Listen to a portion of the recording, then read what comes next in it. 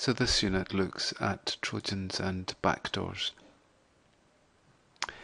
Okay, some of the goals around Unit 6 is to look at basic Trojan horse types, their goals, some infection mechanisms, the rootkits, covert communications, backdoors, port redirection, and keystroke loggers.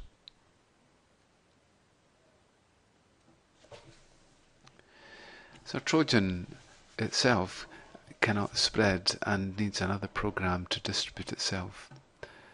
So typical types of Trojans that we have, if we have a host, then one type of Trojan is to allow a remote desktop or a remote connection into the host.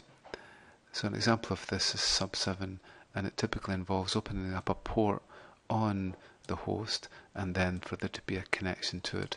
This could be a remote desktop or a simple client-server connection. You can also have a rootkit on the machine which logs keystrokes and passwords and takes screenshots of any logging. So an example of this is with eBlaster. Then we can have the destructive Trojans, which will typically do some serious damage to the host. So an example of this is hard disk killer, which will erase the contents of the whole hard disk. A warning Trojan is a denial of service one. So in this one, Trojans can be set up on machines and then can be used to create a denial of service against another host. We can also have a proxy if the intruder can use a host as a stop-off point to attack another machine. So in this way, the host can be used as a proxy for an actual attack.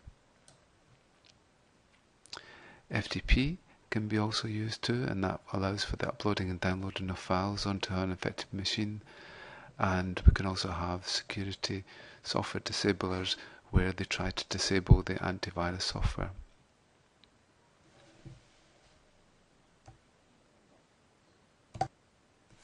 Some typical programs which use some form of remote access or backdoor include some of these programs. So we have valid programs such as PC Anywhere, which uses port 5631 and 32. We have VNC, which allows for a remote desktop on 580 and 5801. Netcat can also be used for remote access. Then we have NetMeeting remote desktop. Citrix is another program which allows for remote access and typically uses port 1494. Some malicious backdoors for remote access include Backorifice, Beast, Donald Dick, Loki,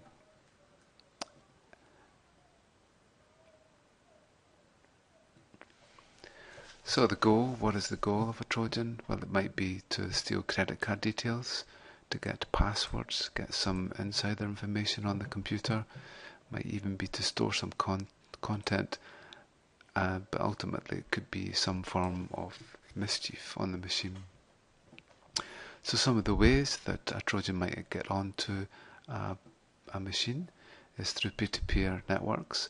So a user might download a piece of software which has a Trojan already installed in it. It might come in through instant messenger such as MSN Messenger. Might also come through an IRC channel through the standard protocol. Often Trojans have came through by email, where they have piggybacked themselves in through the email and trick the user to actually click on the link and install the Trojan. There might even be some physical access, so an intruder could actually get access into a machine and install a Trojan onto it. Browser bugs have also been a particular problem in the past, where programs have been injected through these bugs, and also freeware programs are distributed for free but might contain some sort of malware such as a Trojan.